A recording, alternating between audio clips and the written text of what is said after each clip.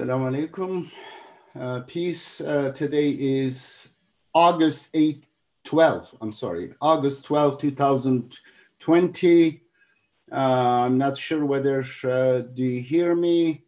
I am right now on time, and there will be other friends will come. Current bit rate is lower than the recommended. Okay, warning. Stream good. Okay, stream health is good. Okay, how is the voice, people? Please give us feedback. Do you hear?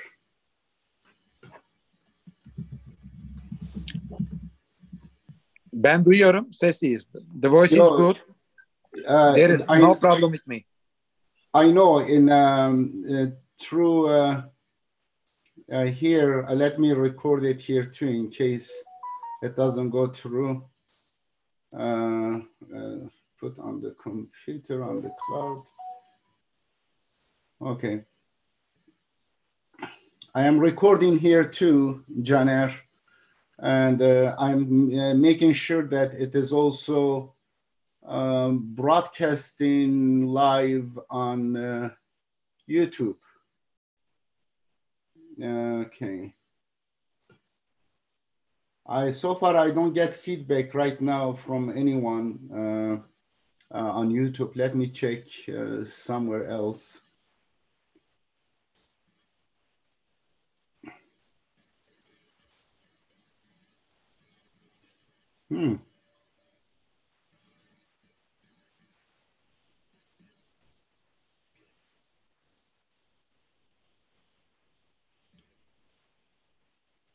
Okay, they hear us. Fantastic. Hi, people. Today, we are going to discuss Raymond Farrin's book on the structure of the Quran. He will be with us soon. And also Aisha Musa and Janer Taslaman. Janer, can you fix your screen? Your screens appear to be, it is vertical. You could turn it to a horizontal one.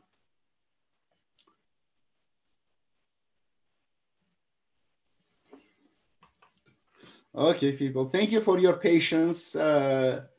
We'll take your questions later. The voice is great. I'm so glad that the voice is fine. And how is the quality, picture quality? Let me close the door.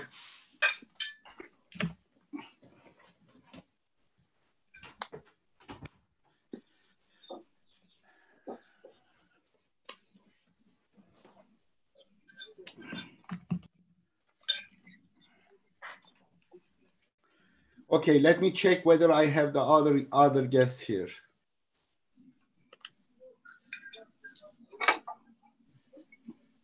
Okay, we have Raymond.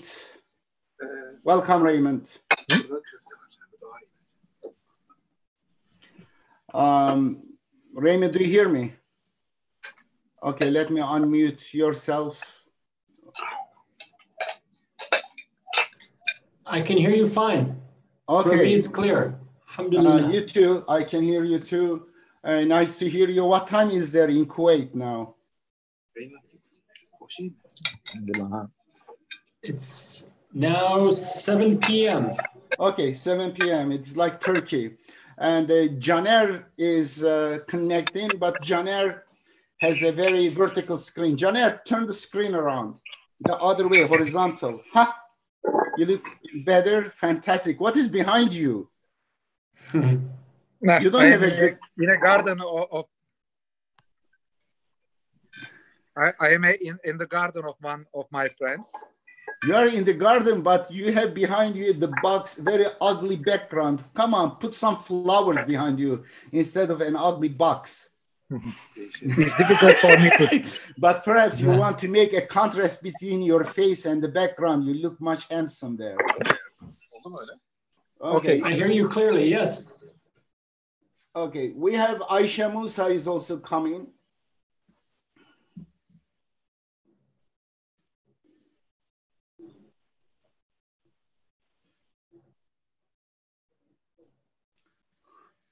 Aisha Musa, you need to, okay, great. You're doing fine. Assalamu alaikum, peace be on you. Thank you. You may a little bit come closer or lower your camera a little bit so that you're in the middle. Fantastic. And Johnner, stop eating something now. Everyone, welcome. People are listening and watching live. Today it is, I may cut the beginning few minutes for later. Therefore, I want to say the date. It is 12th August 2020. We are here with Raymond Farrin. He has he has a research on the structure of the Quran. He has a thesis. He has improved some previous claims about the structure of the Quran. A fascinating research. I didn't study it in details, but I browsed it and I could relate to it. And some of the findings, I was impressed by it. And therefore we'll be discussing that. And we have Professor Taslaman. Raymond Farrin is a professor at American University in Kuwait. Are you an American citizen? Yes, I am. Okay, and we have also Professor Aisha Musa. I know Aisha Musa since when? Oh, we've known each other since at least the middle 1990s. Yeah, in 1990s, we're very active in forum. Or something like that, 95, 96. You were working for American Online. You were moderator. Yeah, I was. That was the early 90s. Then I was the CISOP or CompuServe's Islam section of their religion forum. And that time you were. Now they use the term moderator. Back then they called them CISOPs. But yeah, I was the Islam moderator. I know. And you were that time student at Harvard. That time. No, well. Throughout that time, when I started there, I had just finished my master's degree at Portland State and was on my way to Harvard, and it continued while I was doing my doctorate at Harvard. Okay. And Aisha Musa, since from you, and later we go introduction of others, what is your original name? I think you changed your name to Aisha Musa. You know, my original name is not anybody's business. It is my business. Come on, we are friends for so long. You are hiding your original. My name when I converted. I did change my name when I converted in 1979. Wow. Okay. Well, I think I changed my name in like 80 or 81, but I converted in 1979. Okay, mashallah. You don't want to say it, correct? There's no need. Okay, Why? No problem. Well, I'm curious about everything. Goodness sake of curiosity. Well, okay, no problem. Tell us about yourself, please, and then we go in counterclockwise to Raymond Farrin. Please introduce yourself. Okay, well, I converted in 1979. I had never heard of Islam. This is something important. I had never heard of Islam before somebody gave me a translation of the Quran. Another teenage girl, actually, who was reading it. And I'd always been looking for monotheism. I grew up Catholic, and at 13, I was not, and no offense to anybody who may have been Catholic or is Catholic, but I thought that it felt like God was lost somewhere behind Jesus, Mary, Joseph, and all the saints, because they made us put JMJ on the top of our school papers for Jesus, Mary, Joseph. I was disabled. They didn't let disabled kids in the public schools then, so that's why we ended up in Catholic school. And my mother was Catholic. But I gave that up, and I'd always really been interested in monotheism. I had never heard of Islam. This was really before, Islam became a household word. And so then I converted in 79, and the Quran said the original was in Arabic. And I happened to be in Portland, Oregon, where they had, I didn't know this until 2009. It's the first federally funded undergraduate Arabic program in the country is at Portland State. So I started studying Arabic in 1980. It was a long time before I went back to school. I had kids, raised kids. And then in the mid 1980s, a friend of mine said, Aisha, not everyone should have a college degree, but you should have a college degree. And so I did a Middle East Studies bachelor's at Portland State, then a Master of Art in Teaching with a focus in Arabic and Applied Linguistics, because a cohort, someone in my bachelor's cohort said he had figured out how to get a backdoor Arabic degree from Portland State, which was the Master of Arts in Teaching lets you choose your fields, right? So, and then I went on to Harvard and did my doctorate in Near Eastern Languages and Civilizations with a focus on Arabic and Islamic studies. And then I taught for a number of years at a couple of different universities. And now I'm retired and back in Portland. Fantastic. And I have my own education and consulting business for Arabic and Islamic studies. MashaAllah. Can you tell me just one or two of your published work, they title, and then we go back to Janet? Well, my first book is called Hadith as Scripture, Discussions on the Authority of Prophetic Traditions in Islam. And that grew out of my doctoral studies because I had run across on CompuServe the rejectors of the Hadith. And that was something new to me. And when I got to Harvard and started, reading things, I discovered that that was a debate that happened in the early centuries as well. So my book, Hadith as Scripture, compares the debates in the early centuries, which all we have available to us, extant, there could be stuff in manuscript collections somewhere, but is the winning side, which was the Hadith side. But we do see in their arguments, the arguments that were being made against Hadith, because that's what they're addressing. And then I compare those to the modern stuff. I actually write about you, Edip, in that book as one of the opponents of Hadith in the modern period. My second book is Securing Knowledge, which is a translation of Al-Khatib al-Baghdadi's Taqyid al-Ilm, which is the latest in time extant work that deals with the discussions of Hadith in the early period. And I've written a whole bunch of articles on MashaAllah. And you translated Shafi's book. I translated Shafi's Kitab Jamal al-Ilm, yes, because Shafi was really the first to successfully articulate the arguments that are still used today in support of the use of Hadith. MashaAllah. Thank you very much. And I translated Jamal al-Ilm, and I translated Al-Khatib al-Baghdadi's Taqyid al-Ilm as well. MashaAllah. God bless you. And Janer, thank you. Janer, please introduce yourself. Excuse me a second. I have to go get my coffee. Go ahead, please. Anytime. I'll be right back. I am Janer Taslaman. I am professor of philosophy in Istanbul. The name of my university is Yıldız Technical University. I am specialized on especially philosophy of religion and modern science, philosophy, religion, relationship.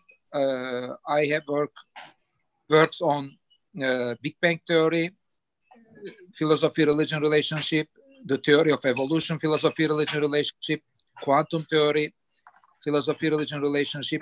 I wrote about these subjects, and most of my studies are translated into English, and whoever wants can find them from my website, janertaslaman.com. Free PDFs exist there. And I have a Turkish and English YouTube channel. Of course, there are not too many followers in the English channel, but still I have it. That's all. I know Aisha Musa studies, and I'm interested in Raymond Farrin's ideas. I read partly his book, and I especially want to listen Farrin's ideas. And I'm excited that I can introduce with him through this portal. So it's nice to be here. Thank you, Edip.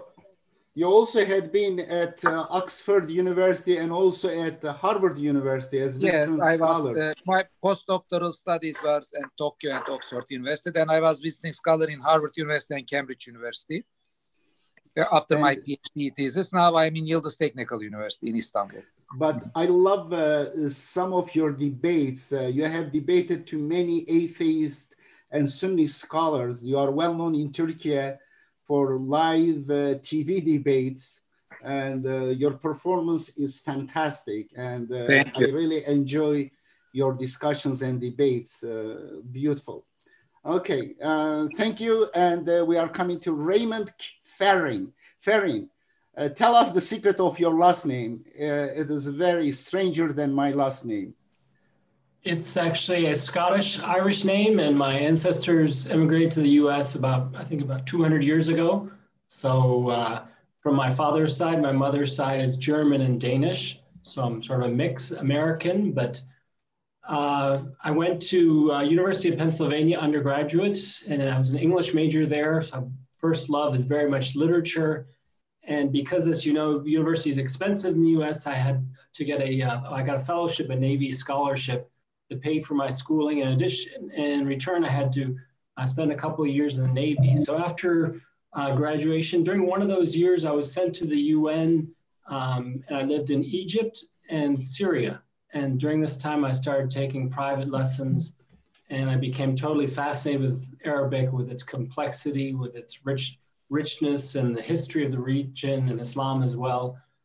And it was this time when I changed my mind. I was all along thinking I'd go back to graduate school and get a PhD in English literature, but because I was really getting excited about Arabic, I thought, well, maybe I'll delay that and maybe get a PhD in comparative literature. So anyway, I got out of the Navy and I thought, well, before I go to graduate school, I really need to work on my Arabic more. So I went for 2 years to Cairo and I studied Arabic intensively, the Arabic Language Institute and the Center for Arabic Study Abroad. And from there, I went to Berkeley, and actually Professor Larkin in my first year convinced me that rather than doing comparative literature, since I was so excited about Arabic and maybe the job opportunities would be better if I focused on Arabic, I should continue in that. And this is what I specialize in at Berkeley, studying classical Arabic poetry. And I guess this is how I came to, through my mentor advisor at Berkeley, James Monroe. He really was the pioneer in studying ring composition in classical Arabic poetry. And surprisingly, for such a rich tradition, I found like in the 19th and 20th century, there were many Western scholars who were criticizing the so-called disunity of the Arabic poem. So this turned into his guidance, this turned into my dissertation showing how ring composition was a very common feature in classical Arabic literature, and especially classical Arabic poems.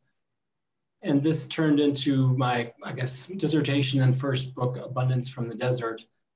And also after that, I was also kind of surprised to see the same sort of criticism after I graduated from Berkeley, directed at the Quran. Just as many critics from the 8th, 19th, and 20th centuries in the West were criticizing the poetry for being haphazardly organized. A substantial number of critics were saying the same thing about the Quran. So I basically, again, sort of encouraged by James Monroe, who had talked about Surah al-Baqarah, that he thought was probably or likely had a ring composition or a concentric organization. He encouraged me to look at that. And I did, and sure enough, this very common literary form that's not just in Arabic literature, other classical literatures as well, but seemed like it was very clearly in the Quran. And so this led to a first study on Surah al-Baqarah, and then in turn, the book structure and Quranic interpretation, which discusses ring composition and symmetry in the Quran, how it's very much of an organizing device of keeping the surahs together. And also it seems to be a way to guide us to the meaning or helps orient the reader or the listener. And that very often, according to these concentric organizations, the main meaning is located in the center. So basically this is the main idea of my book, Structure and Quranic Interpretation. And also, I guess I should mention why I'm here in Kuwait.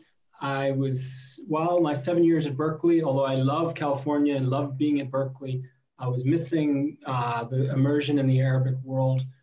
And so I was fortunate enough that when I was about to graduate, this new university, American University of Kuwait, had opened up and they're looking for an Arabic professor. So I applied and I've been lucky enough to be here for the last 14 years teaching. And I guess also following on Aisha's message, I also came to the Quran from literature, as I mentioned, and I was raised as a Christian, and just I've been totally amazed at the composition of the Quran, the structure and the power of its message and the beauty. And I converted here in Kuwait to Islam, mainly basically because of the literary power and beauty of the Quran. And essentially there's the same message that I saw in the Bible. So it seemed to me clear that this was a divinely inspired scripture message. So that's essentially my story, but I try to leave that aside. I've tried to do an academic approach, a literary approach to the Quran, and try to deal with its structure and meaning. Fantastic, thank you very much. While you were talking, I don't know whether you noticed, I shared with the audience, where is it? Goodness sake, I lost it now. Okay. You were doing a screen share. You were scrolling through. It looked like yeah, but now I cannot find the same screen. I don't know what happened. If you go down on Zoom and hit your screen share again. I do. I'm going there, but somehow it doesn't bring that tab. Let me go again, maybe click on it, do something, maybe reload, because sometimes it doesn't show that particular screen. Bad. Okay, hold on. I'm going to show you an interview made with you, Farrin, Raymond. Here. My screen sharing for video clip. Auto my screen sharing. Should I click on that one? Maybe, Edip, when you are looking to it, I can say something. Okay. I am there. Okay. Inshallah, I will try to organize translation of Farrin's book into Turkish. But probably we should have contact with his publishing house. Maybe Farrin can help us. If he helps, it will be probably faster. Fantastic. Certainly, I'd be happy. I would like to make organization of translation of the book to Turkish. Wow. Okay. Inshallah, later we'll continue communication regarding that one. I am so glad that you decided that one. And Raymond, I am sharing on the screen an interview with you because it is concise. It provides beautiful information about your work. I'm going down, and here are the questions. People can stop it by pushing the space bar and read it. And here you give an example. Even within the verse, there is a certain symmetry, the topical symmetry, correct, about the semantics. And correct. Then here within that, and these are within the group of verses. And okay, Fatiha. Of course, I disagree with you regarding not counting the Basmala. The first Basmala must be the first verse of Fatiha. But still it would work with Basmala. Therefore, later we can discuss why Basmala of Fatiha is numbered and the other Basmalas are not numbered, they are 0. And the mathematical structure of the Quran dictates that kind of counting. And here we have, okay, this is, I want to stop here. Okay, I love, for example, your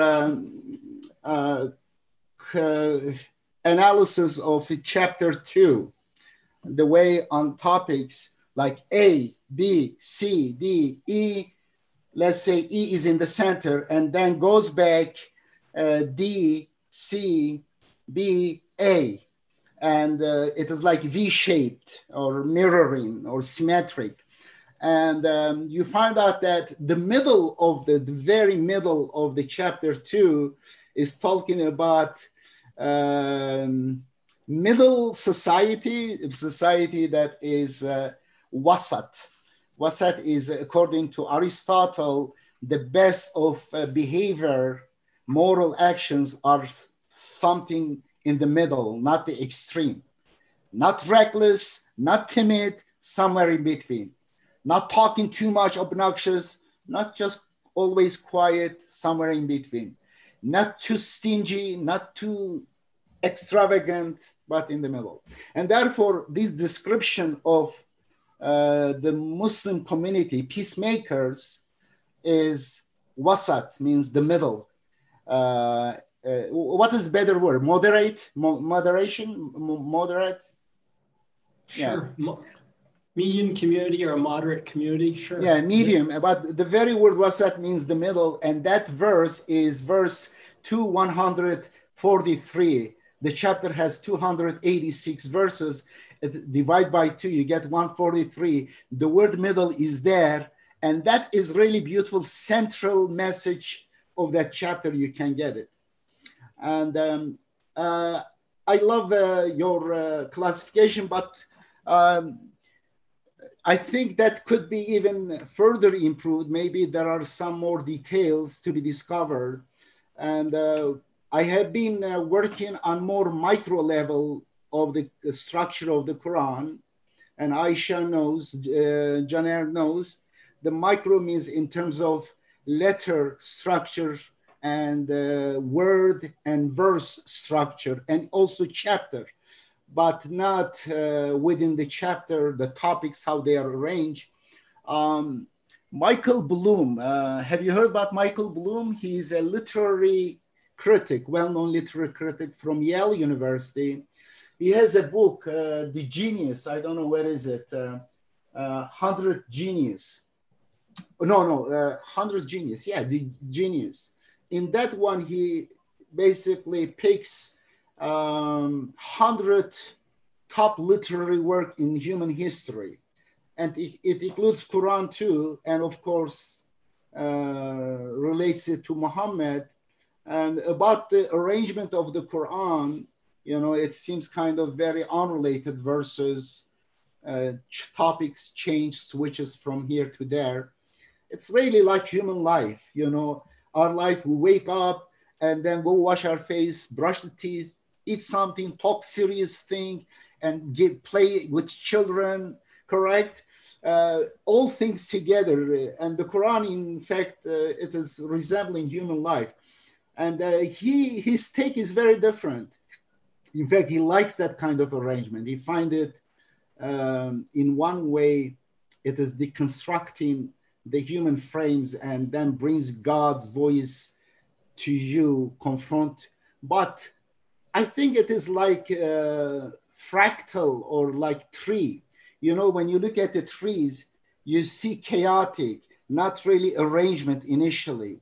But when you focus on it in microscopic level or a certain level, you see mathematics and geometry.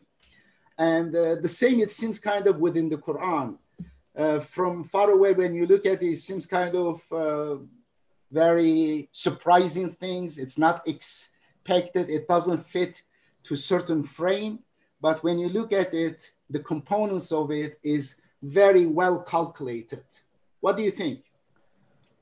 I agree. And for me, I think that's a lot of the beauty or the aesthetic appreciation of the Quran, to see sort of how the plant, as you mentioned, Surah Al-Baqarah, and the median community indicated right in the center of the surah, and as well, in that very central passage, the Qibla, the new Qibla is indicated. Of course, before this time, the Muslims had been praying to the north towards Jerusalem with the Jews, and the Christians praying to the east, the direction of the rising sun. But they're in the right, pretty much in the middle section of Surah Al-Baqarah, the new Qibla is indicated that no Muslims now pray to Mecca. So the new center of Islam is sort of indicated right in the center of the surah.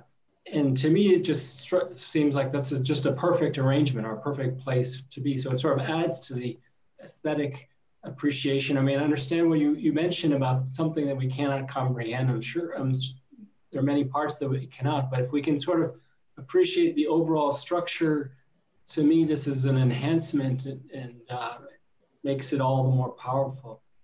But I do want to mention, I mean, you have your differences with me, and I totally respect that. In fact, I did a first article I wrote in 2010 on Surah Al-Baqarah structural analysis. And then in this, I found some what I thought were mistakes, and I revised it in this book in the second chapter. And even now I want to go back to it and maybe refine some of the points, and maybe it's instead of 7 sections, maybe it's actually 5. But the idea has been consistent. I think the idea of a concentric arrangement with this median community in the center and Qibla in the center, and sort of the beginning of Al-Baqarah, the contrast between the believers and the munafiqeen and the unbelievers, and then the end, sort of the preparation, encouraging the believers for the fight against the unbelievers, which would soon happen at Badr. I think the overall arrangement is sort of, it seems like it's consistent, but there's definitely, I think that I'm a strong believer, at least, that the main way the Quran is organized is according to symmetry, and you find these parallel structures and chiastic structures and concentric ones. But within the individual surah or chapter in the verses, there's definitely, this is a lot of area for improvement and disagreement. And hopefully over time, with more study, we can maybe come to a more refined appreciation of the structure of the Quran. Just like with more study, we can understand, wow, a tree, how all the parts beautifully fit together, or how like nature is put together and all in harmony and balance. MashaAllah. Yes, Aisha. Yeah. Hi, Raymond. Nice to meet you. I actually remember reading about your book when it first came out. And I did not get a chance over the last couple of days to actually do much reading of it. I did take a look at it. But something you've said just now reminds me, because I do philology and linguistics and semantics, but I don't do kind of the broader literary theory. So you have to forgive me. But one of the things that I have noticed about the Quran, and this gets really lost in English translations, and I think it's part of the reason people see the Quran as disconnected, but I wanted to just run this idea by you and see how it might fit with what you're doing. One of the things I noticed about the importance of orality of the Quran, the orality of the Quran in Arabic, when somebody mentions a verse that has a word in it, my brain automatically goes to other verses that have that very same word, no matter where they are in the text. And I mean, in English, you have to have a concordance or an index or something to look up all the subjects. And I won't even claim to have memorized much of the Quran, just enough to prayer. And then, you know, as I do more and more study of different topics, I remember more and more verses. But it's like automatic when you hear one word, right? Your mind automatically goes to the same word in other verses, or words of the same root in other verses, because of the sonomic connection between the two, the sound connection between the two. Have you done anything like that, any work on any of that? It sounds like that might also be really somehow related to what you're doing with literary theory, the sound and the semantics. I guess honestly, I haven't focused on the orality so much, more the finished text as the Quran as it is, but I think this is definitely maybe a reason why it's symmetrically put together. This helps memorization, maybe especially this concentric order where you have one section, as Edip mentioned in Al-Baqarah, one section and then a second and then a middle, and you start working your way back out. And once you get to the middle and then move into the second half of the surah, the chapter, you start hearing the same words, maybe names were mentioned earlier, and it sort of maybe helps you to sort of keep in mind the structure. And then when you come to the very end, maybe you hear something that recalls the first verse of that particular surah. And I think this is maybe this was a mnemonic device initially that just aids in memorization, aids in being able to recite it all in a consequent fashion. But I think it helps with understanding too, because when you hear the verse and another verse in another surah that has similar wording comes to your mind, I mean, then for me, the meaning kind of like clicks in. Like these are talking about the same thing. These are related. These need to be understood together. Because one of the things I write, I've written a number of articles that have to do with, well, I've written on jihad and jizya, you know, controversial terms, where if you look at everything the Quran says on these topics, rather than what does this verse say, and people take this verse or that verse and they do things, you know, and they come up with interpretations that may be kind of sketchy. But when you look at the whole thing, when you look at the Quran holistically, you get very clear meanings, in my view.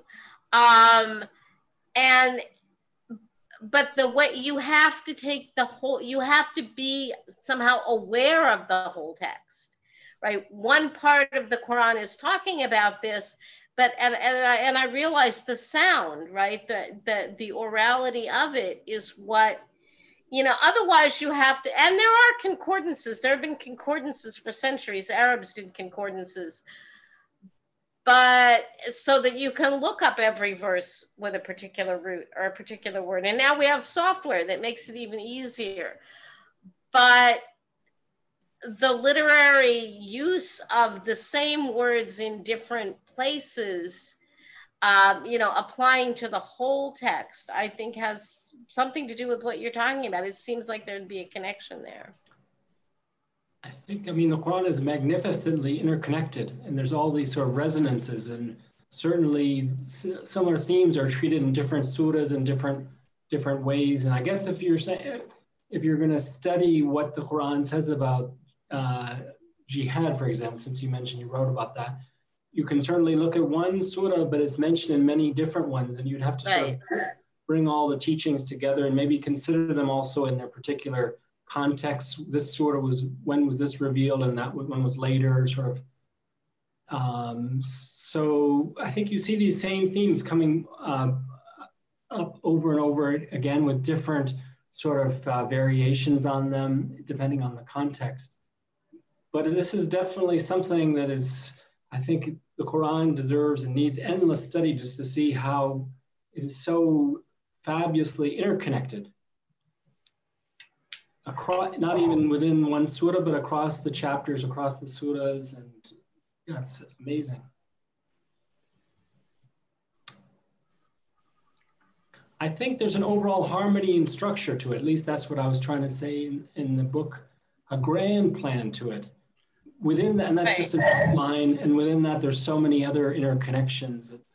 Right, and I think that structure, the more we learn about it, the more it helps us understand how the message is conveyed and the totality of the message, right? That it's not just this one part here, it's the whole thing. And there's an overall message. MashaAllah.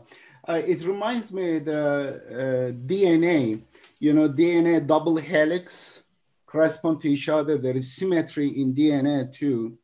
And that the Quran, God says God created everything in pairs. And in terms of the Quran, there is description of the Quran, methani means methani in pairs. Pairing, and, yeah, pairing. And this pairing is, it is dialectic. It is very impressive. And we see it is also in frequency of some key words in the Quran, like the word qalu, they said. It is mentioned in the Quran 332 times, and the word qul, say to them, is mentioned exactly 332 times in the Quran. And they are not always together in the same number in the cluster. Sometimes say qalu, qalu, qalu, qul. In other place, qalu, qalu, qul. or qul more than the qalu. Therefore, they add up equal, or the word, let's say, al-akhirah, ad-dunya, both of them is repeated similar. It's symmetric, it's 115 times each. Or the word shaitan and malak, 88 each. There is kind of this, also semantic, once when this was the work of Naufal, it was in 1970s, he had this work, 1967, I believe. I have his book over there in Arabic. And at that time I was in prison. I was very impressed by his discovery, especially his discovery of the word month, shahr, mentioned in the Quran 12 times, and the word yawm 365 times. I verified all of them, perfect accuracy. And also the plural of yawm is ayyam, and yawmain together 30 times. But there is even more detail there. Yawmain, different plural, and ayyam, 27. Therefore, 27, 30, referring to the length of the month, depending on solar or stars, location of the stars or the solar. And also the whole things is incredible. Therefore, I checked the name of the messengers mentioned in the Quran, and the word rasala, yursalun, mursalun, all the derivatives. I found that they are also 512 equal to each other. And there are few maybe debates about whether that is messenger or not, but with such a little margin, you can look at it. Being so close to each other is impressive. And besides that, there are more details about the semantic self-reference of the Quran. For example, the Quran says, Masalu Isa ka masali Adam. The example of Isa is like Adam. And we see the frequency of these names in the Quran is 25, 25. Their masal in frequency is also the same. When God says, Inna iddata shuhuri inda Allahi isnata ashara shahran, we see their numbers in the Quran. The word shahr is mentioned exactly 12 times. Or after alayha tis'ata ashar, وَمَا جَعَلْنَا أَصْحَابَ النَّارِ إِلَّا مَلَائِكَةً وَمَا جَعَلْنَا عِدَّتَهُمْ إِلَّا فِتْنَةً لِلَّذِينَ كَفَرُوا. And we see the literal ashab an-nar, the frequency of ashab an-nar as a phrase, here is exactly 19. Before this, there are exactly 18. With this one becomes 19th frequency of the ashab an-nar in the Quran. It is so much intriguing self-references, symmetries, semantic relationship. It cannot be coincidence, especially about mathematical structure of the Quran based on number 19. Of course, it is controversial because it challenges people's dogmas and religious whatever adherence. But I think with our new discovery about especially the structure, mathematical structure of the 19, which involves the letters and words and verses, and also with Farrin's discovery of the arrangement of clusters of verses or chapters, altogether makes this book beyond human capacity, absolutely impossible for all humans coming together making this up. And I have so much interesting examples, challenges, and especially on the numerical structure of the Quran, both semantic relation and the other mathematical relation. And therefore this book, I think at the end,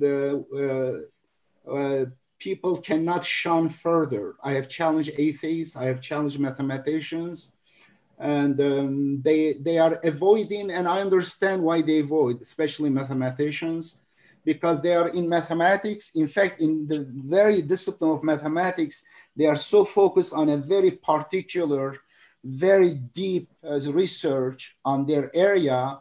They don't have time, patience to involve with any other things. And they feel they are incompetent in those areas, they just shun. But I think mathematicians, geometricians, or even genetic engineers should be interested because the Quran intersects in all those areas. As far as for voice sound, as Aisha mentioned, Rashad Khalifa, in his one of his appendices, he has a chapter on that one. He calls it bell rings or ring bells, whatever, about how the words mentioned in these verses connect to each other, make you remember. I still remember when I was in middle school, there was short chapters I was remember. Well, أرض بعد ذلك دحاها, and it could switch to another verse, but one word was allowing me to remember that one and the following one, because the word connection of the letters, certain distinct letters, make me create that relationship. And when I was a child, I hated memorization of the Quran. I hated all my life memorization, but I was forced to memorize in order to pass. And thank God, because it helped me now. But at that time, I noticed these kind of things. Therefore, I was reading twice. I was memorizing one page by reading just twice, maximum 3 times. In just 20 minutes, I was able that time, but now I cannot. But when I was child, middle school, therefore, I still remember there was some embedded, some of them we don't know consciously, make it easier. But this is another topic, and I think other experts could study that one too. Raymond, it is your turn. Please tell us about your research and what you are looking forward for future. Go ahead, please.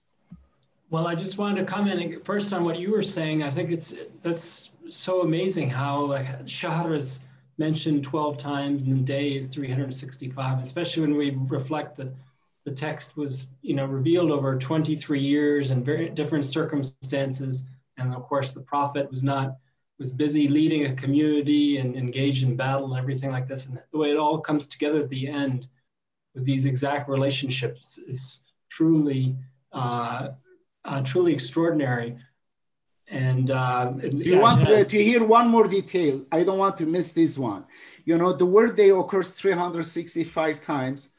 Some bigots, they say, well, it is not 365, it must be 354 because it is lunar calendar, as if God did not create this universe. Well, the day, in fact, the event we call day, it is a relationship between Earth and Sun, not Earth and Moon. Do you understand? If we are going to pick for day, which number is more relevant for day, it's not 354, it is 365. However, God, the creator of the Quran, also addressed to their question. When you look at the first, put the list of the 365 days from the beginning, Maliki Yawmiddin, from that until the end, which the last one, 365, I have the list in my book. And you will find, and then find the word shahr, the first frequency of the word shahr, and then the last frequency, the 12th word shahr. In between them, exactly 354 word day. Therefore, by overlapping these two words, still in between, God refers the number of lunar days in a lunar year, the number of days, by making it 354 days in between the first frequency, the first mentioning of the word month, shahr, and the last one. There are so many details like this. It is fascinating. Truly. Yeah. And it needs to be verified. In fact, we have the list of it. Some people, I remember many years ago, people challenge the frequency of the word day not to be 365. I remember 20 some years ago, David Lomax and John Katz, one is a Sunni, the other is a Jewish friends, not friends, but they agreed on that to attack me. I said, okay, let's go. I don't have time, but I know it will take long. I will debate. And on the forum, we debated. And they put their list. I find errors in their list, send them, and they make more errors while responding. And finally, it took about 1 month, not 1 month, 1 week. After 1 week, they all agreed, yes, there are 365 days. But meanwhile, they discovered something for me during that debate. I was so appreciative. In order to oppose me, they said, well, Yes, the word they now we know singular is 365. They were convinced. It is right now the document, I share it in my website, our discussion, lengthy discussion. But the whole derivatives of the word day, like yawmeizin, ayyam, plural, and their day, yawmihim, and all 475. And therefore, it is 475. Why not picking 475? Why you are picking 365? I say, welcome 475. I was just looking for that one because it connects the word day also to basic mathematical structure of the Quran based on code 19, because it is 19 times 25. Therefore, the frequency of the, the singular one is 365, but the whole derivatives of the word day, 475, it connects it also with the main code of the Quran. Very interesting. Well, you mentioned 19 groups, I guess. And here I just want to say that I was developing the idea of a Pakistani scholar, Amin Islahi, who basically in the 20th century, scholars were starting to look at, analyze surahs as individual unities, as entities. And then Amin Islahi went beyond that, that basically the Quran consists of 114 individual unities. And he pointed out that there are actually many instances that they're paired, like in Mu'awwidhatani at the end of the Quran, and Zahrawani, the second and the third one. Muzammil Muddassir, yes. Exactly, another example. And then Amin Islahi said another principle of organization of the Quran was that these pairs and sometimes single surahs are arranged in groups of up to 10 or typically 6 surahs that are linked by theme. And he came up with 7 groups, and I agreed with his identification of groups as a major organizing device. And I tried. To me, it seemed like there were 19 groups that you would have the Fatiha opening the Quran, and then Surah 113 and 14, these 2 prayers closing it, and then within those 2 bookends or ends of the Quran, you have 19 different groups, 2 groups of 9, and then the central group, surahs 50 to 56, and then the other one, 56 to 100. Very interesting. You came up with that, very interesting. I forgot about that, yeah. Therefore, there could be connection with also 19. I wasn't aware of your. Really? You came up without knowing about the number 19? Just looking at the structures and the themes in these surahs, it seemed to be very impressive. Very impressive. 2 groups of 9, and then a center, different groups. So, of course, it is in the Mudaththir mentioned that these 19 guards of hell. So there's certainly something about this number. And perhaps 19 groups contributes to that in some way. Be interesting. We should, I will send you my book if you prefer PDF 19, God's Signature in Nature and Scripture. Do you have that book? No, I don't actually. This one, let me show you this book. Have you seen this one? Wow, no. It is fantastic book about, you will love this one, about patterns, about all structure of the Quran. And, you know, the number of chapters in the Quran, 114, 19 times 6. The number of letters in Basmala, 19 letters. The first word of Basmala in the Quran, Ism, mentioned 19 times. Allah, 2,698 times. 19 times 142. The word Rahman mentioned in the Quran in the numbered verses, it is exactly 57 times. Rahim, it is 3 times 19. And Rahim is 6 times 19. All multiple of 9. There are so many about the attributes of God, all about 19. And I will share with you, and I took one table, the chapter Hamim, the frequency of the letter Ha and Mim. 7 chapters start with that. And in those 7 chapters, the frequency of those letters is 2,147. It is 113 times 19. Now, when we put together, we found out an incredible tables, 5 tables, an interesting mathematical structure, but it seems like mathematical properties, so good to be true. And because the factors of 19 would given also the absolute value of those numbers, add up the digits, it would give the factor of 19. Initially, I suspected there is mathematical property in these 5 tables. I took it to a math professor at the University of Arizona in number theory.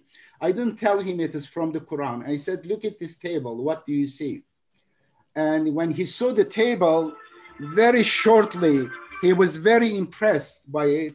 He was so interested, he left everything. For half an hour, he worked on it. And then he discovered a formula. I published that formula in my book. In all those 5 table, that complex formula is applied. These are the number of letters, not any number, their specific number in each hamim, in each chapter. If one changes, the system is collapses. And this is in a meaningful chapter with so many other interconnected, interlocking system, semantic and the organization you are seeing, and so many other details, the frequency of certain words. And it is impressive, fascinating. And therefore, I have no doubt that this is word of God. But it depends. Some people, when they look, they don't have objectivity about it. They look at it with misconception, especially when they look at so-called Muslims, Sunni and Shiites. In their mind, it must be a backward book, very violent book and stuff. Therefore, with that one, they don't have really honest interest. Or there is so much distortion about the meaning of the verses of the Quran. And I would like to send you Quran a Reformist translation to you too. And I would like to invite you and Aisha to improve the language of that one, because while working on it, I wanted to make it close to literal translation, and the English flow is lacking, and also English is my 5th language chronologically. Therefore, you and Aisha, if you are interested, I really would like you to come and improve that translation, be co-translators, because it is changing the lives of many, many people, thousands of people around the world, because there are many mistranslations of the verses of the Quran in today's mainstream translations, because they want to pull the meaning of the verse so that it comply with what? With the hadith or sunnah or their mazahib. For example, the word ummi, you might also, that Muhammad was illiterate, it is translated. But the word ummi really in the Quran, it is contrasted with Ahlul Kitab, Ahlul Kitab wal Ummiyin. The Quran doesn't divide people into literate and illiterate people. No, it is about people of the book, Christians and Jews, and those who are not following those books. Muhammad was ummi, but literate, because it is really insult to Muhammad's intelligence that 23 years he dictated the Quran according to their story, and he didn't learn 28 letters. It is really for a person not be able to do that while dictating and also encouraging people to learn how to read and write, not being able to read and write. It is insult to Muhammad's intelligence. And therefore but there is ijma on this. Ulama somehow later, they did ijma about the meaning of ummi, because in their mind, I believe they thought if they can make Muhammad illiterate, it will make Quran more miracle. There was some pious evil intention to try to distort the meaning of the word. And there are so many like this, like Aisha a moment ago said the word jizya. Jizya is not a taxation levied on people because of their religion. Jizya comes from the word jaza. Jaza means the compensation, the equal retaliation, jaza, like jazaum jannat or jahannam, either way. And it is jaza, it is today's language is called war reparation, because they attacked Muslims, they killed many of them for no reason, and they damaged their lives and property. Therefore, after the war, they are asked to pay for the damage in order to deterrence for would-be attackers. Therefore, it is on those people who started the war, who killed many people. It is a war reparation for them. It is not an extra taxation because their religion. It really becomes forcing the religion. La ikraha fi din. When you are forced to pay extra taxation, you are forced to become a hypocritical Sunni or Shiite. Anyway, and therefore they are all related to each other, my brother Raymond. And while we are awed by the incredible structure of the Quran, about its divine language and mathematical structure, at the same time, we should be also worried about its message, how its message is distorted throughout centuries, especially after Prophet Muhammad, centuries later. They really created a different religion in his name. And Islam is terribly, horribly distorted. And even the language, the name is made a proper name, which really Islam is peacemaking. Making peace with God for mu'mins, but for others, making peace among people.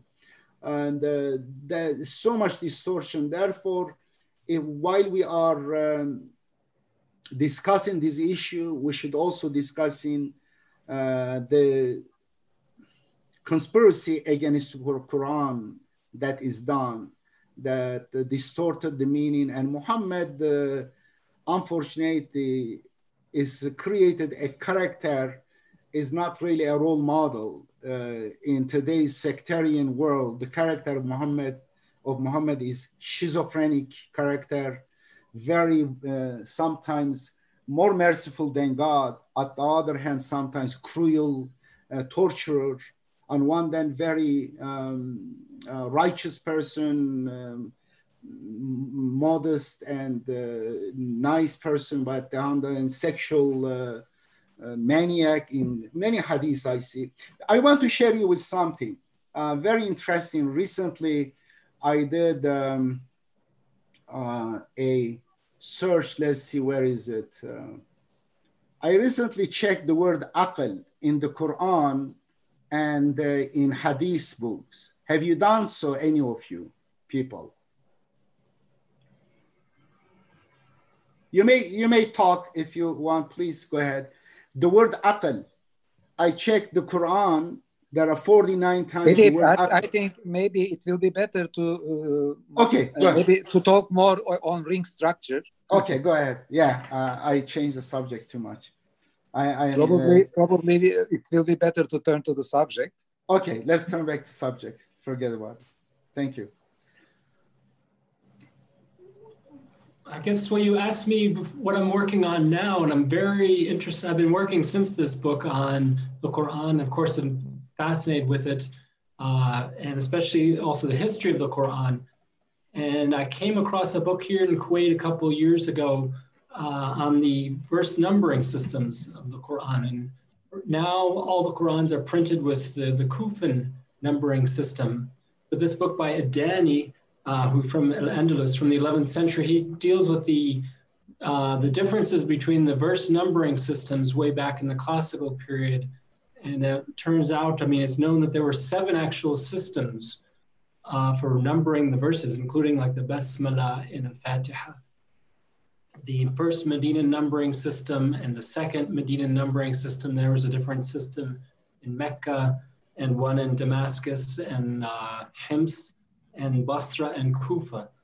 And I mean, I don't want to, basically the 7 systems are in agreement for about 98% of the verses of the Quran. So there's a very, very small amount of difference. And again, this doesn't affect the text of the Quran whatsoever. It's just where you count the end of the verse. For example, the Kufan system in the Fatiha, the Kufan numbering system, and I think the Meccan one, consider the Basmala. This is a verse, whereas in the other systems, it's in introduction, and then the first verse is Alhamdulillahi Rabbil Alameen.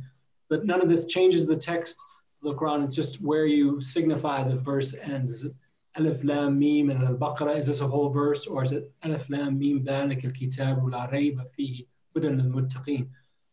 So I'm taking his book, I got very interested in these 7 numbering systems and how they were different and why we are using the Kufan one.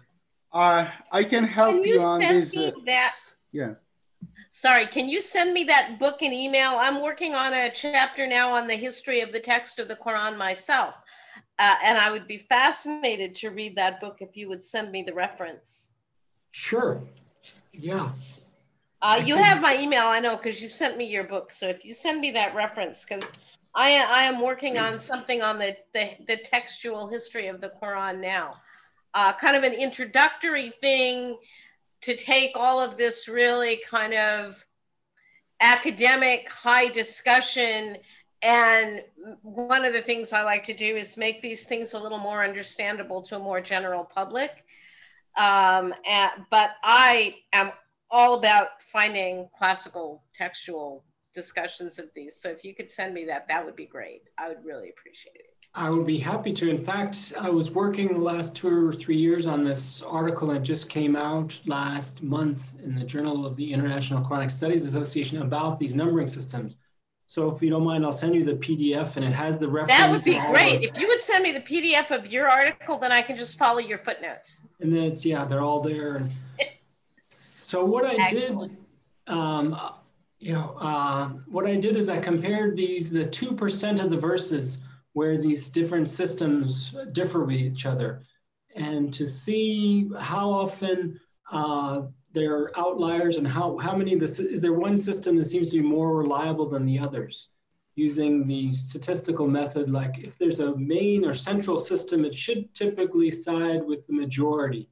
And if there's one that's always sort of taking, or very often taking an isolated position against the other numbering systems, maybe that's more likely to be less authentic, perhaps, numbering systems. So anyway, I compared these differences statistically, and very interesting, found that the first Medina numbering system was the one that was 92% of the time was following the majority with other numbering systems. And actually over this 2%, most of the time, 6 of the systems will say the verse ends here, and there's just one of the 7, like Hems or Basra, will say, no, it actually ends somewhere else.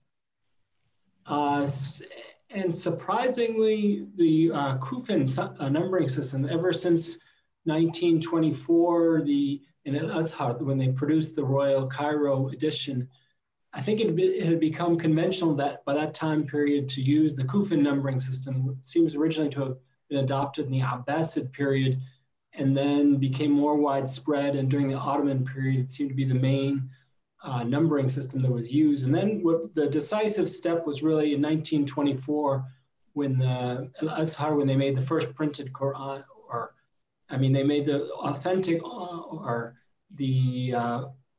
this edition that had been studied by scholars. Anyway, this one was printed using the Kufan numbering system. And so for the past 100 years, it's been the standard one.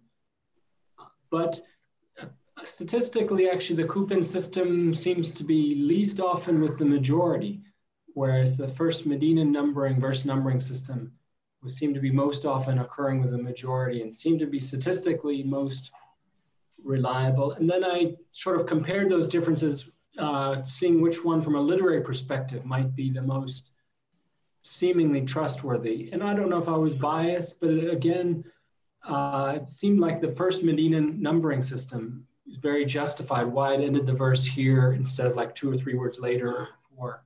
Raymond, on this one, the history of the Quran, supposedly Tadween al-Quran and stuff, is full of lies, absolutely made up stories to justify certain things.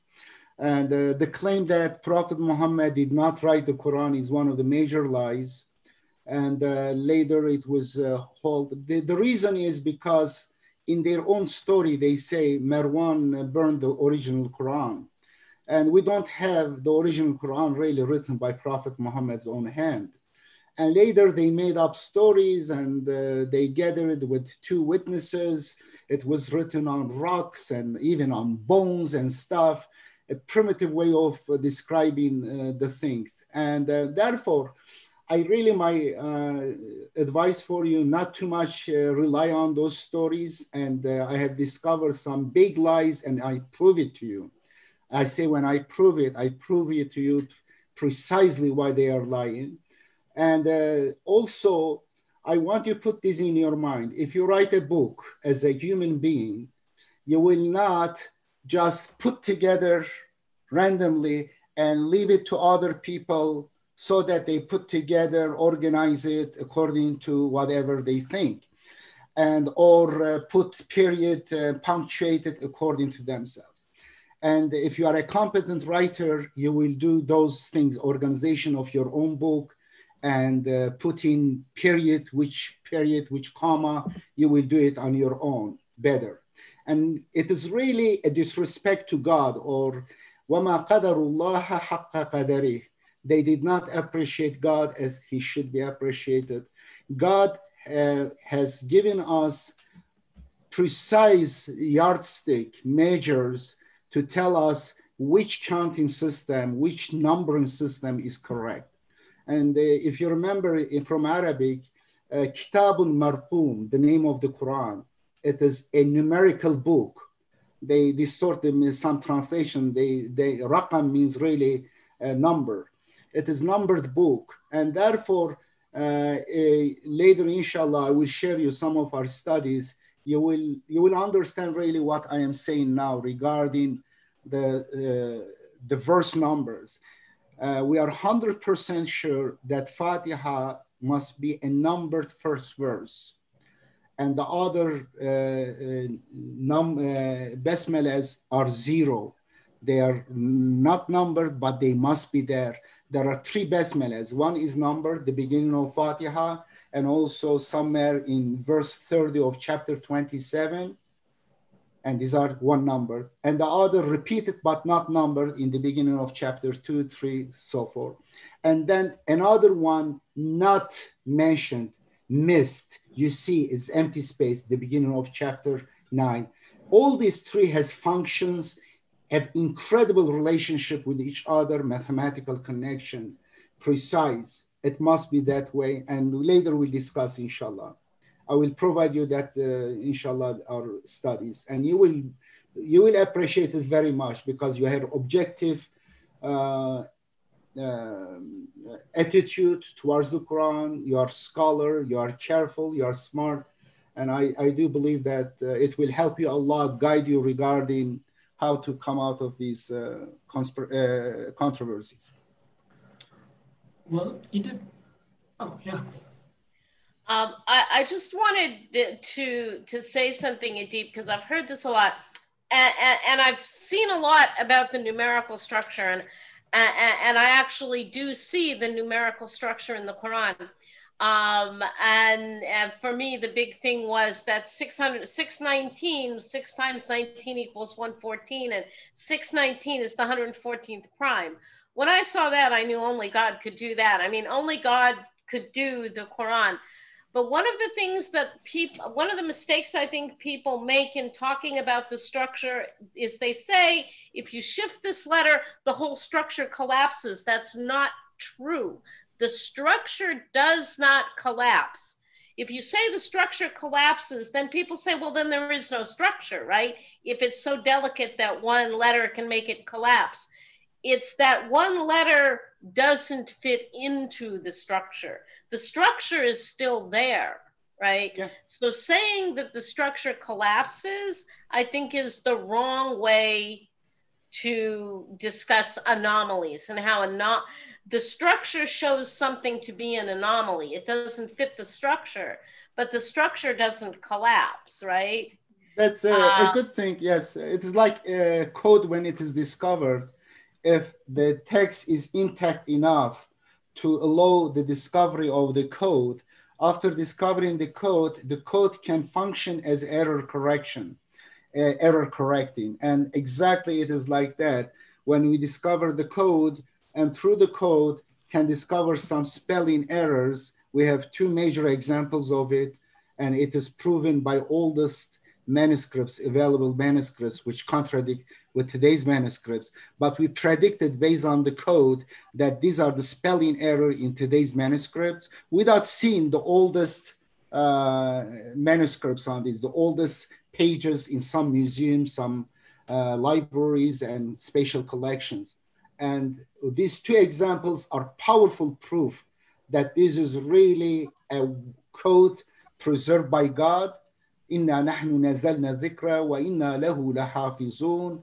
It is, the Quran is preserved not by you, by people, by your holy ancestors who made up so many lies in the name of God and Muhammad, by God himself, by God's own code, numerical code.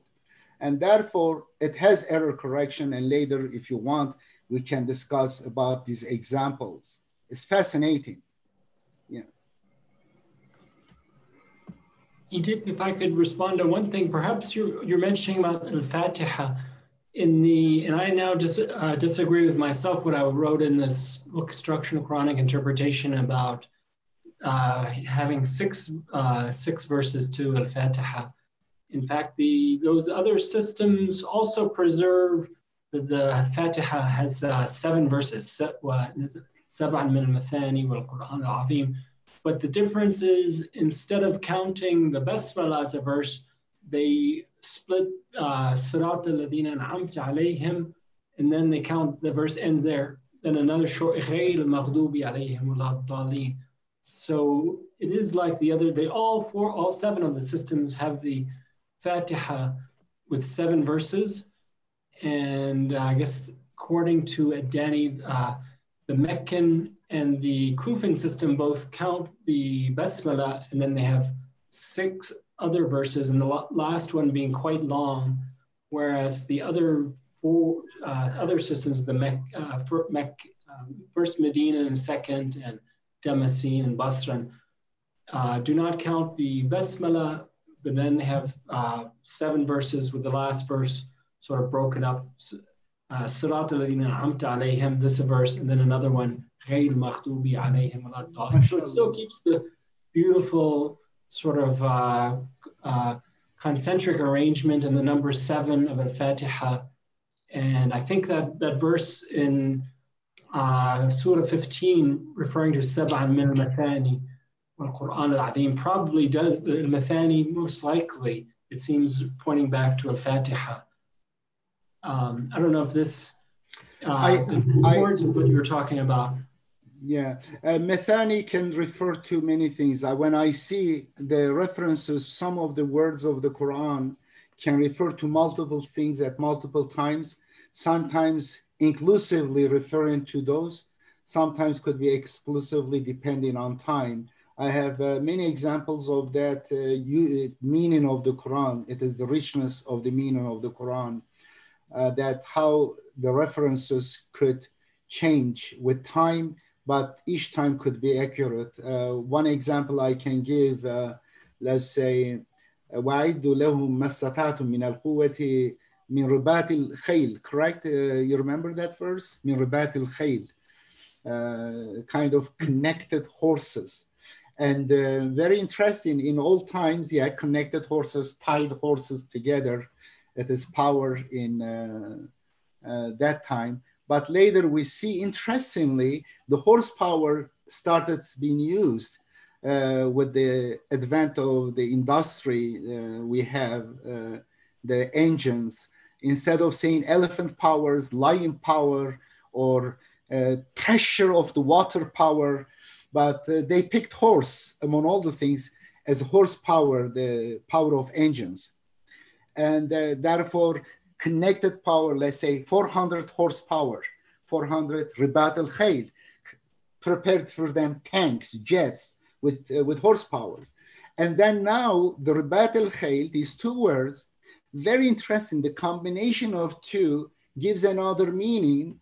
Khayl is the same root with khayal. Khayal, yukhayyilun. It doesn't say ribat al-hisan or other, ribat al-bighal, the words for horse or many other words. But khayl is also in the Quran, has another meaning of it. Khayl, khayal means virtual and virtual network. Now, Ribat al-Khiyal, now you can translate it, prepare for them virtual networks. I do think there's kind of the richness of the word that one time, at one period of time, that meaning become more relevant than the other times. Very interesting examples we have like this.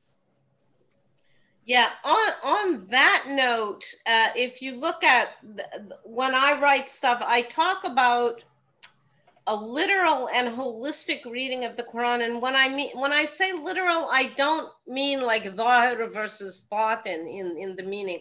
A lot of people think dhahiri is literal, like external meaning. When I say the word literal, and I'm looking for a better word than literal, I suppose, in English, because when you look at an Arabic word, you have the semantic meanings of the root that are, that you have a semantic field of meaning, right? And so what you're talking about is the different possibilities in the semantic field, and how the context then determines, hang on one second, I gotta take this call. Take it. Okay. Never mind. She hung up. I'll call her back. So what you're talking about, Edip, I think connects to that. You look at what are the possibilities of the root, right? And those meanings, and people will say, well, aren't you, applying, you're just reinterpreting for a modern time, right? But what you're doing is looking at the semantic field and what makes sense based on new knowledge and observation, but the meaning's already there in the Arabic, right? The meaning is already an integral part of the Arabic root itself. And I think that's what you're talking about. Very nice. What do you have the picture behind you? You put a picture, I know it is virtual picture from your home somewhere. And which right, book yeah, this is my professional library. It's currently in storage because I don't have room in my apartment. I know, because it gives away, because sometimes I know it's obviously a virtual background, but it's much better than my apartment. But this is my professional library. What book is it? You have the books on the top shelf. There's the Qurans, different Qurans. Well, next to the top shelf. On the top shelf, there's a video that some Indonesian students did of that. I told them they got disability they came here for a disability conference, and I told them, try out your accessible, schools in wheelchair, and they did, and they sent me the video. And then a couple of little lamps from like Sinai Desert, camel lamps. That's the very top shelf. Then I have my biographical dictionaries and the Quran, and then just a whole bunch of stuff. I have a lot of different translations of the Quran, Shafi's works, different stuff, Shafi and Al-Khatib al-Baghdadi on the third shelf down, a bunch of dictionaries and linguistic stuff on the next shelf. Dear Aisha, I want to thank you. I was one of the editors of the documentary about women. You made wonderful explanations. Thank you. Thank you. In this documentary. And I want to say that we have a foundation in Turkey. We would like to ghost you and Raymond whenever you want, to arrange everything in Istanbul for you and for Raymond whenever you come to Istanbul. Okay, well, whenever we get over, whenever the travel restrictions for COVID are lifted, right?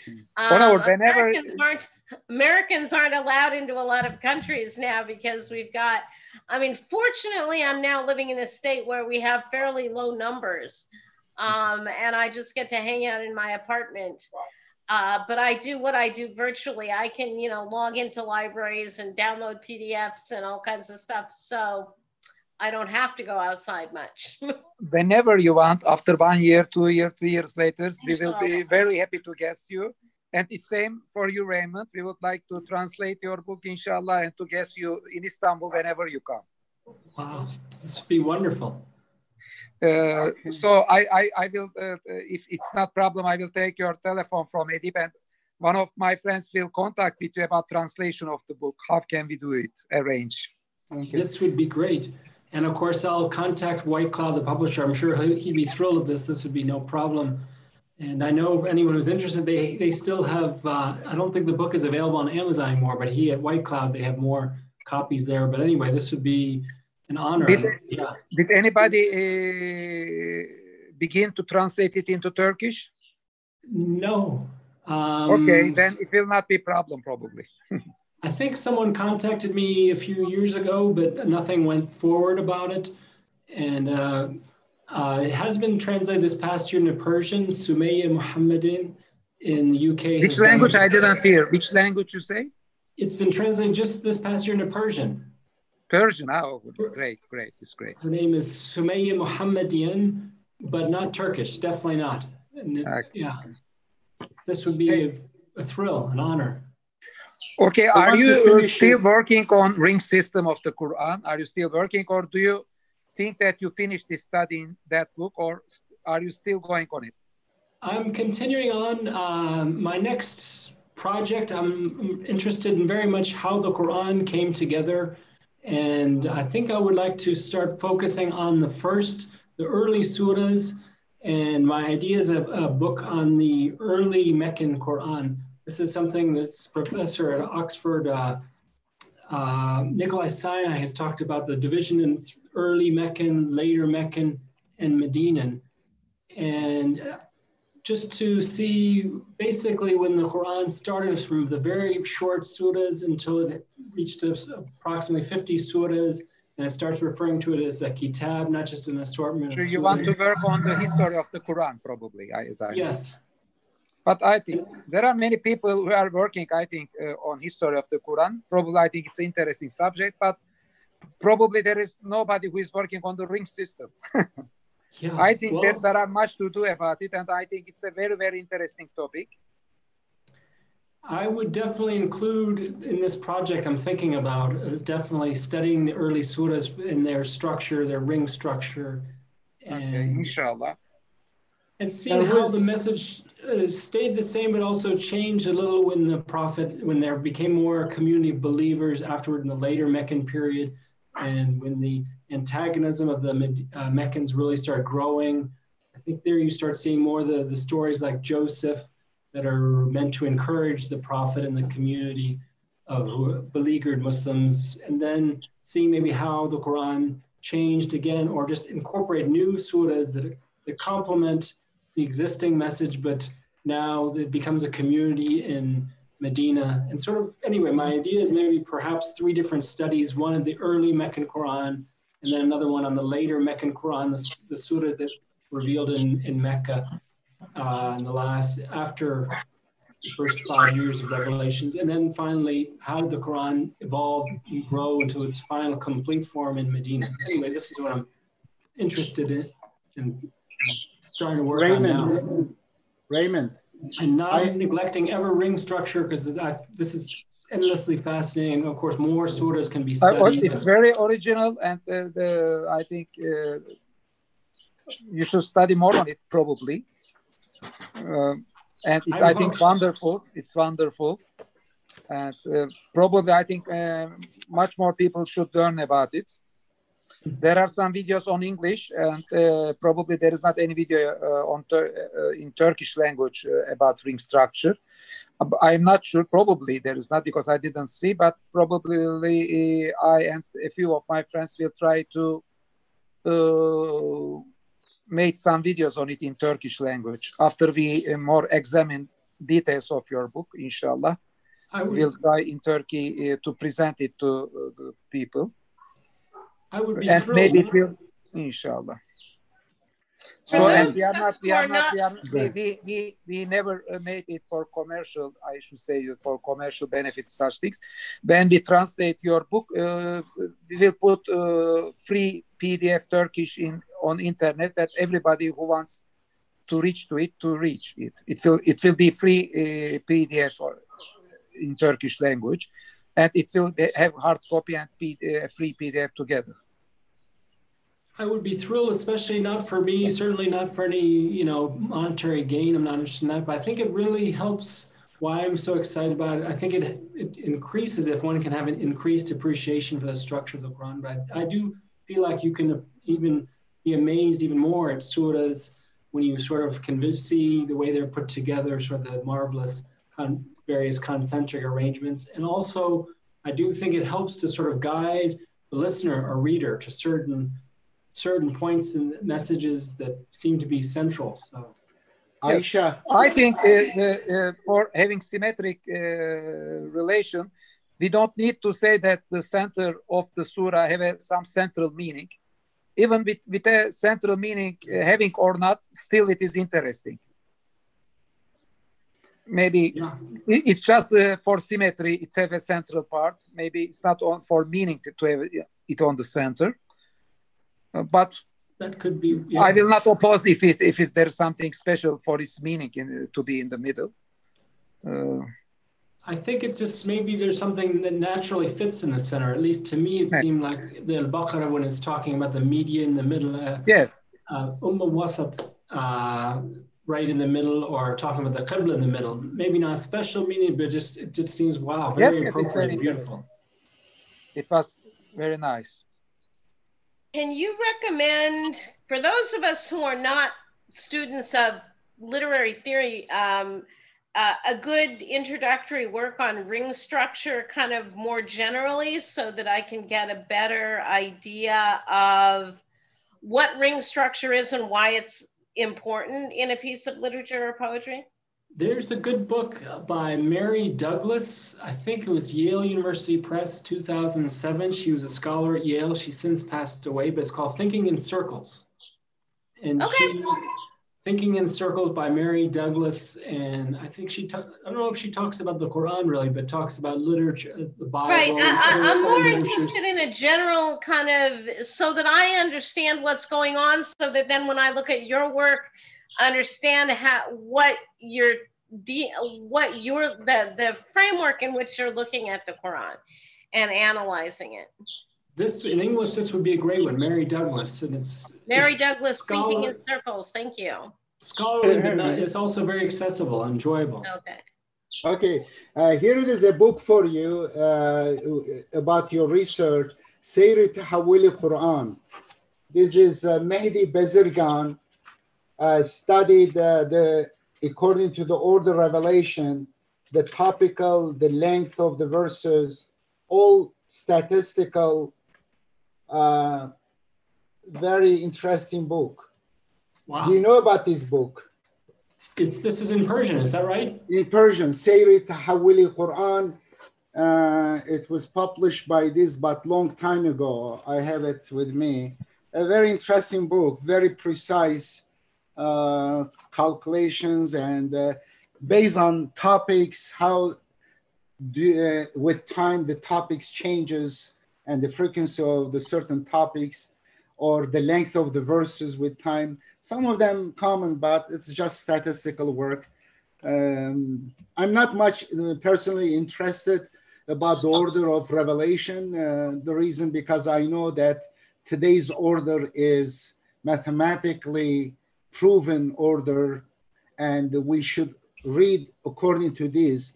And what I know that God doesn't want us to read like a storybook, wants us to be interactive. You know, God gives an example of chapter 12 that God is able to tell us in story format according to the flow and that way. But I think mixes the verses, wants us to be, makes us alert all the time. Why after this verse comes and what is the relationship? And therefore, I prefer for many reasons the current order. And some people, unfortunately, they publish even in Turkey some translation of the Quran. They change the order, supposedly according to the revelation. Revelation order is important for those people who synchronous to the Quran they lived. They proved that the message of the Quran was not abstract, just theories or ideas, but it could be lived by people and show an example, a community that is an example. Therefore, it was synchronous to their lives.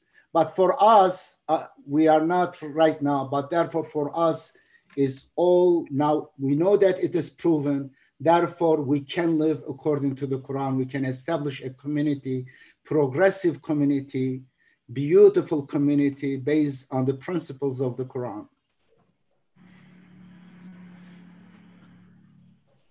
Well, I can respond. I would agree with that. It's very, it's interesting. I guess I'm interested in both because as you're pointing out, there are the two orders. There's the chronological revelatory order that someone who's interested in history, to me, it's interesting how it was revealed. But of course, this was not, this was changed and put into a literary order by the prophet and inspired. So it wasn't meant to be in the chronological order. However interesting it might be to contemplate how it was revealed. It was rearranged into its final order for the because this is the order it should be, and this is the way we should study it.